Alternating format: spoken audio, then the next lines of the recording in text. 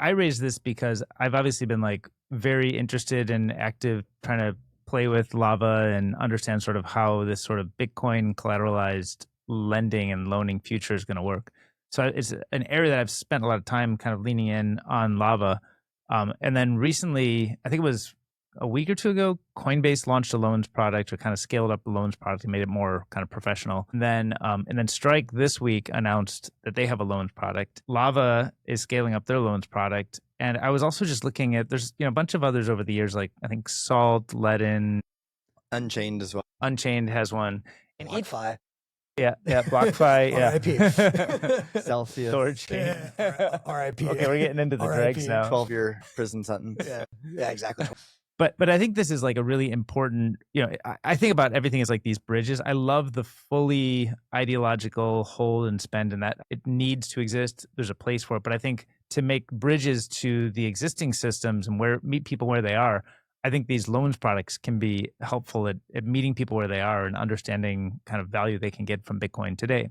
So I'm spending a lot of time on these, but everything with these, it's all trade-offs. And so I wanted to talk through the trade-offs because like we've said, I think a lot of people don't touch the trade-offs. They say, you got to do all of this thing, or this is my best advice. And I think our best advice is usually, well, try to understand your use case, try to analyze the upsides and the downsides. There's not one right answer for every person or for every use case. And so I thought maybe we could talk a little bit about the trade-offs across this portfolio of offerings that are currently available and what kinds of things we would like to see come out to improve them in the future. And before we jump into the trade-offs, I think maybe giving a little bit of context on Bitcoin lending. And I want to just share, and I've got personal experience. I was literally using the products this week and we're getting there. Early days. It's early days. We're getting there. But, I also have mixed feelings on this. And for those who don't know, I'm sure most people don't understand at this point. The idea of Bitcoin backed lending is, you take Bitcoin, you then over collateralize it usually in a 2-to-1 ratio or something like that. And you get a US dollar loan against it, which you can use to buy your coffee because people love coffee and Bitcoin and pay your rent, things like that. And I think there's a massive market for it. BlockFi, others have demonstrated that before they blew up. But I do just want to say there's a part of me that's like, I have mixed feelings on it because yes, there's a huge market. Yes, it's going to be useful. Yes, I need it myself. And yet part of me is a little bit like, I have mixed feelings because the whole system is structured in such a way that those that have access to assets understand how the system works, basically collateralized lending in the first place. It's been, I wouldn't want to say exactly a scam, but it's like, if you understand how the system works and you own capital assets, this is a way basically to stay rich and have tax avoidance. And that's what people use it for. It is what it is, but it's very sanctioned. That's what people use it for, real estate loans, all kinds of things. Part of me is like sad that you have to be such an expert in any of these things and I guess that's part of the beauty of Bitcoin is it's so simple. I save in Bitcoin. I don't have to be, a hedge fund manager to beat inflation. Similarly, I wish there was a world where, I guess this gets to the jack point of no state is the best state. If people could just transact freely, that would be beautiful. But in absence of that, at least with Bitcoin collateralized lending, Bitcoin as a capital asset is open to all and collateralized lending is open to all. So at least it levels the playing field. I'd push back a little bit. I don't think you have to be rich to use this. And I don't think you have to be super sophisticated either. Again, we already said it's early days. So I don't think any of us are saying everyone should be using all these products right now. It's early days. There's even more risks today using them, but in the future it'll mature. But the reason why I say you don't have to be, rich, like, let's say, obviously it's very relative to what is rich, but even if you have a modest amount of Bitcoin and that's your savings, your life savings, you can still use it as collateral for a loan. And if you need if you need to make a payment this week and it's urgent and you don't get your next paycheck or you don't get your next flow of income for a month or 3 months, that loan really matters to you. And it doesn't have to be $1 million loan. No. It can be literally like a $50 loan. Right? I agree with you 100%. What I was saying is the more prior to Bitcoin, right? Like the reason we have asset backed lending in the first place is so if I'm super wealthy and I own a house or whatever, a vineyard in France, I'm saying I agree with you. This is democratizing access to that. I'm just saying it's kind of silly that that you have to play this game in the first place, but the only way to get out of that game, though, is to be on a fully Bitcoin standard, which I think we can all believe that's the future, but it's not probably next year. And also, the reason this is a strong value proposition is taxes, too. So, there's multiple reasons you want to keep your Bitcoin, but one is if you have a low cost basis, And again, whether you're rich or if you have a modest amount of Bitcoin or a lot of Bitcoin, either way, if you have a low cost basis, you're not excited about selling it and having to pay a massive tax bill. I think Max is saying you We're shouldn't. agreeing 100%. Yeah. I'm just saying it's sad that like Sad that you have to know that you about have to taxes. know all this like tricky stuff in the frame, Yeah. and we're But that's democratizing. but like what tricky stuff do you need to know? That's super easy to use. The main thing I'd want to make sure people understand is that there are risks you're taking when you're taking out a loan, even with Lava. Like Lava is by far the most secure architecture, but there's still some risk, liquidation risk, and you don't want to lose your Bitcoin through liquidation.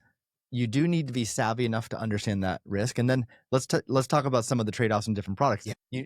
I think having these different options is good. You're going to find products with different rates that you have to pay and different like counterparty risk. And you do want to understand what deal you're signing up for when you take out a loan. Right. So let's jump through some of the possibilities. So actually, sorry, yeah. real quick. Let's talk really quick about use cases as well. I mean, you mentioned buying coffee. I don't think that's, I mean, you said that in jest, I think, but yeah, it's joke. The reason it's been a big market historically, BlockFi and all these companies that like went bankrupt and basically lost everyone's money, why were people taking out the loans? The vast majority they wanted leverage. They had Bitcoin, then they used it as collateral to get dollars to buy more Bitcoin or to buy shit coins and play that game. So it was like levered buying and just taking on more risk with a bet that the bull run's going to continue. That's, I think, been the predominant use case so far. But in the future, I mean, that's going to continue to be a major use case. But I think we're going to see other use cases emerge, such as your own personal example, which I don't know how much you want to talk about, but just in general, people who need a short-term loan to make a payment and they don't have the cash flow. Did he just buy that Picasso he had his eye on? Yeah, I don't know. I don't know if Max wants to talk about why he needs cash quickly, but but anyway, it's fully legal. Max's use case is fully legal. Thanks. In certain jurisdictions.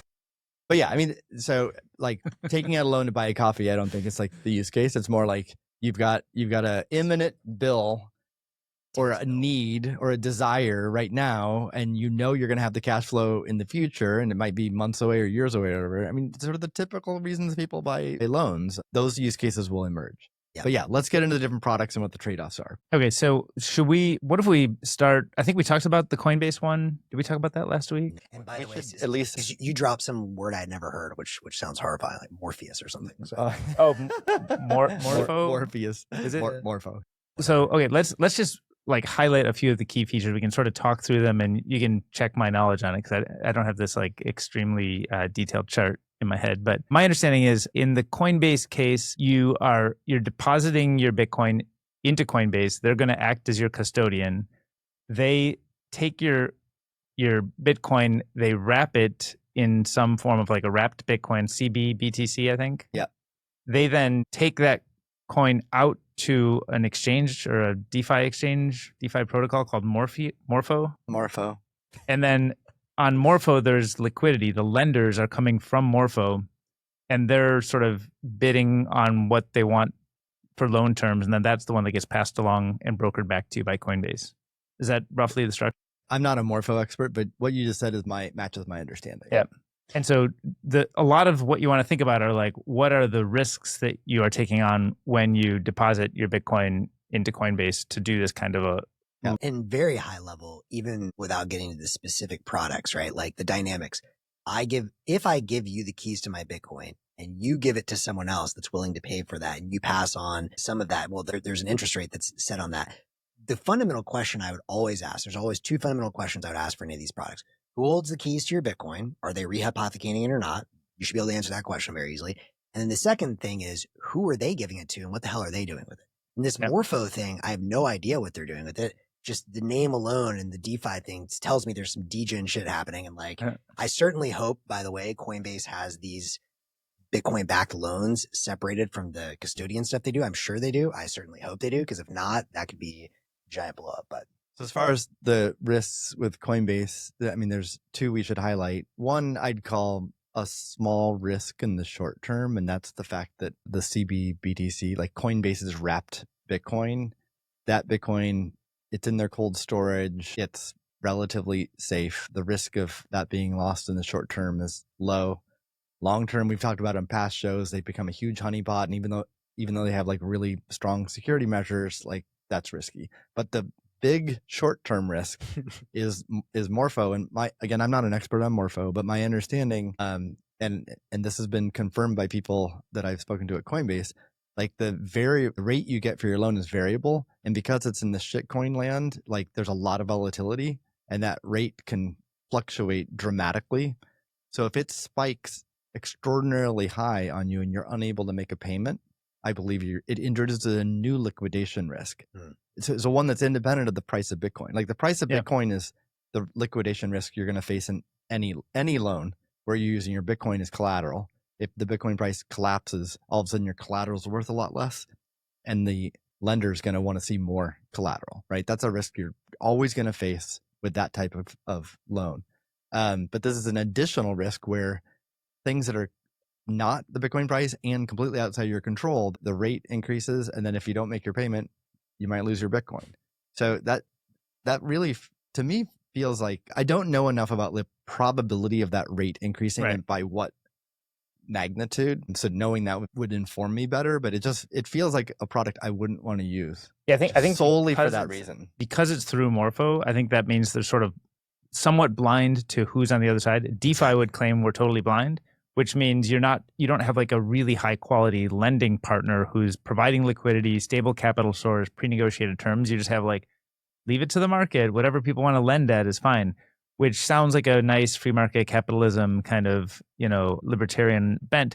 But we know that the characteristic of that kind of capital is that when liquidity dries up, let's say, NASDAQ goes way down or other types of risk related assets goes down, a lot of times liquidity will dry up, which means now there's fewer lenders, means rates spike. And so my understanding on the terms are you get a 50% loan to value to initiate, and you have to maintain, I think, 86% loan to value on the Coinbase thing. So if you ended up, simple example, deposit a Bitcoin, about 100K, you get 50K of USD back, and you owe whatever's the stated rate of like 12% or something. I forget what it is. Some initial. Less, right? It's less, is it? Is it 7%? I think it's 5 to 7%. Okay. 5 to 7 is for Lava. I think some of the other ones are higher. But I've been poking around, but it's somewhere in that rate. It's 5, 7, 8, 10%. And you have to keep that K loan to value below $86,000 then. But that, if suddenly the interest rate spikes, you could start accruing a lot more to that 50K of loan that you're taking. That could start growing very, very quickly. And again, to hammer the point you're saying, for any of these products, to me, the key question is transparency. What are those? What's happening? Doing with the Bitcoin? Like if you can't, like this, by the way, when I was looking at DeFi very closely at my last fund for like a year and a half, I sincerely tried to understand where is the yield coming? And I could not answer that question, at which point I said, I'm the yield. And so if you can't answer, like explain it like I'm 5. Where's the yield coming from? Who takes Bitcoin? What do they do with the Bitcoin? If you can't answer that question, run is my advice. I agree. Yeah. And that's a thing that I think if the longer you study Bitcoin, the more that you understand that the transparency and the trust minimization is like a core piece of why the whole thing works.